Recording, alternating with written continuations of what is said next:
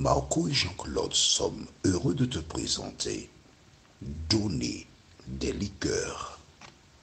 La référence se trouve dans Proverbe 31, versets 6 et 7. Donner des liqueurs. Juste avant d'aborder ce thème, recherchons la présence de Dieu parmi nous. Notre Seigneur et notre Dieu, nous voici encore des enfants devant toi. Nous recherchons ta face. Nous recherchons la vérité. Seigneur, de la même manière que tu as donné à Moïse des lois, afin que le peuple se prépare pour entrer dans la Canaan terrestre, tu nous donnes des pratiques qui sont là pour notre instruction afin de te représenter sur cette terre. Merci de continuer de nous accompagner. Merci de maintenir en nous le désir de te plaire.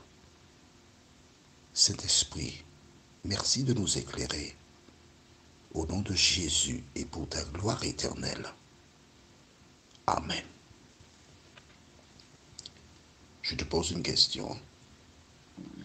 En lisant la Bible, où as-tu vu que Jésus a bu de l'alcool et qu'il était ivre? Dis-moi. Tu n'as pas encore trouvé ce verset-là? Moi non plus, figure-toi. Es-tu un chrétien? Qu'est-ce qu'un chrétien? C'est une personne qui tend à suivre l'exemple de Jésus. Oui, d'accord. Moi aussi, figure-toi. Je ne te fais pas la guerre. Alors, des gens te diront que le royaume des cieux, c'est pas boire et manger. C'est vrai. Mais quand tu consommes, quand tu bois de l'alcool, ton enfant qui te voit boire, que fait-il? Je me rappelle quand j'étais enfant, j'avais des amis dont les parents ne partageaient pas ma foi, mais qui prenaient on appelle ça un décollage, un petit punch. C'est-à-dire, quand quelqu'un venait, on mettait du sucre, du citron, un peu de rhum là-dedans, et puis on prenait un punch. Mais il restait toujours un tout petit peu au fond des verres. Et quand des personnes sortaient de la maison pour dire au revoir, nous profitions pour prendre les verres et boire le peu qui restait dans les verres. Pourquoi? On voulait faire comme les grands. Si tu consommes de l'alcool chez toi, ton enfant qui te voit boire, que fera-t-il? Tu es en train de planter chez lui cet exemple. Et plus tard, s'il n'arrive pas à se contrôler, comment seras-tu? Si un jour, il part dans une soirée, il consomme de l'alcool et au retour, il s'endort et qu'il meurt accidentellement, à quoi penseras-tu? Alors, écoute-moi bien. Si ça t'est déjà arrivé, on ne peut rien. Mais fort de cette expérience, il est de ton devoir de dire aux autres, c'est un piège. Rappelle-toi, nous avons vu ensemble, dans Proverbe 31, versets 4 et 5, ce n'est point au roi le miel, ce n'est point au roi de boire du vin, ni au prince de rechercher des liqueurs fortes. Donc le prince, le fils du roi, ne doit pas suivre cet exemple, c'est pas bon. De peur qu'en buvant, il n'oublie la loi et ne méconnaisse les droits de tous les malheureux. Tu n'es pas un roi. Le roi, c'est Dieu. Mais tu es un prince. Tu es un enfant de Dieu. Tu es un prince. Donc tu ne dois pas boire de vin ni de liqueur forte. Pourquoi? Tu as la réponse au verset 5. La référence du jour, c'est Proverbe 31, les versets 6 et 7. Donnez des liqueurs fortes à celui qui périt, et du vin à celui qui a l'amertume dans l'âme, qu'il boive et oublie sa pauvreté, et qu'il ne se souvienne plus de ses peines. Qui peut boire de l'alcool? Verset 6. Donnez des liqueurs fortes à celui qui périt, celui qui va mourir. En clair, quand une personne est malade et dans le stade terminal, elle souffre, on pouvait lui donner de l'alcool afin de l'aider à supporter sa souffrance puisqu'elle a bu. Quand elle boit, elle dort. Donc, ces personnes pouvaient supporter la souffrance parce qu'elles dorment. Donner la boisson à celui qui a de l'amertume dans l'âme, qu'il boive et oublie sa pauvreté et qu'il ne se souvienne plus de ses peines. Mais oui, aux Antilles, il y a une maladie. Elle est assez fréquente. Elle s'appelle un gros poil. Qu'est-ce qu'un gros poil? Ce n'est pas un gros cheveu. Il se trouve que parfois, lorsqu'il y a une déception amoureuse, ce sont surtout les hommes qui ont ce type de maladie. En fait, c'est plus visible parce qu'il y a des femmes qui souffrent aussi, mais comme on dit toujours aux Antilles, les femmes sont comme des châtaignes et les hommes comme des fouillapins doux. Fouillapins doux, on ne peut plus rien faire avec. Et ces hommes qui souffrent, Dieu merci, qui ne sont pas violents, ils ne font pas battre des femmes ni les tuer, ils commencent à s'adonner à l'alcool. Ils boivent. Et quand ils sont ivres, que se passe-t-il? Ils dorment. Pendant le sommeil, ils ne peuvent pas penser, ils dorment. À leur réveil, ils commencent à boire à nouveau, ils dorment. Ils font ce qu'on appelle communément un tombé-levé. Dormir, à leur réveil, il faut qu'ils boivent à nouveau. Et nous voyons que ces personnes, en buvant, elles ont une certaine paix. Elles ne souffrent pas du tout. Elles sont tranquilles, à condition qu'elles ne prennent pas un véhicule. Ah ben là, ça c'est une autre paire de manches. Pourquoi je te parle de cet aspect? J'ai connu un jeune homme, belle taille. Ce jeune homme, son nom c'était Concy, nom de famille,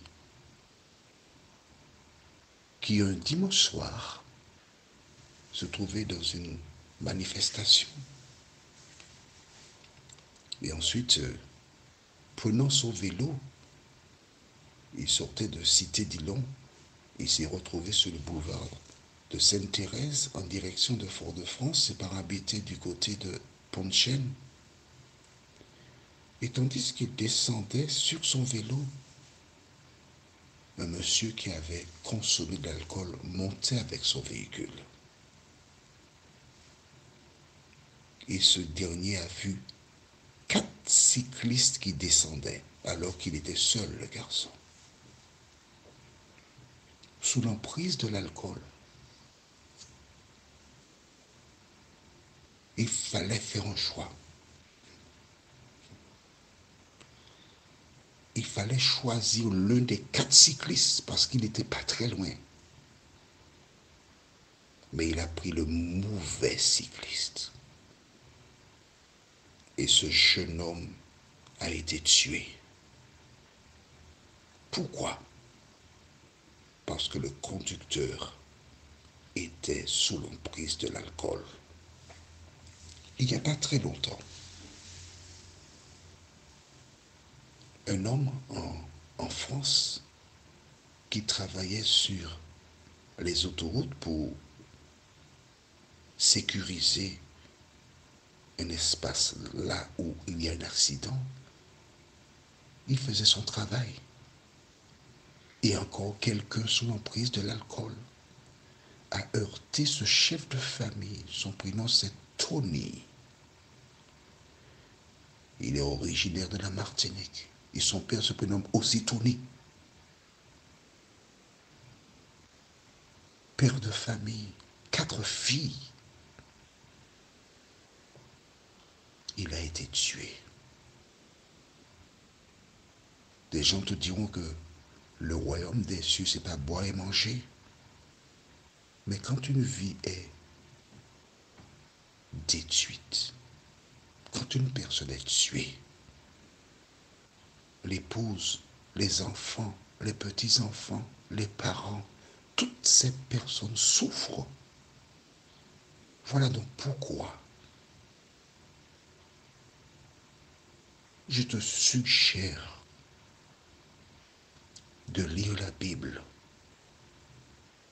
d'appliquer dans ta vie ce qu'elle donne comme conseil, afin de protéger des vies, afin de te protéger pour que tu n'aies pas à vivre toute ta vie dans le regret, dans la souffrance. Prions, notre Seigneur et notre Dieu.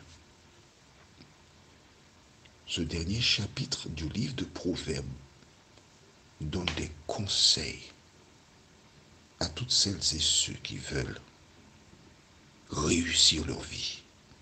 Car cette série est réussir sa vie avec Dieu. Les hommes estiment qu'ils réussissent leur vie en faisant certaines choses. Mais Seigneur, comment pourrais-je réussir ma vie si je ne fais pas ce que toi tu me demandes? Comme les enfants d'Israël qui passèrent 40 ans dans le désert, afin de changer de style de vie, nous qui sommes appelés à vivre avec toi pendant l'éternité, nous devons nous aussi changer de style de vie. Saint-Esprit, merci de nous éclairer. Merci de nous aider à comprendre la parole. Merci de nous aider à la mettre en pratique et que chaque jour, nous puissions vivre pour toi et en toi nous t'en prions. Au nom de Jésus pour ta gloire éternelle. Amen. Que l'Éternel continue de t'accompagner. Que l'Éternel continue de te fortifier, de te bénir.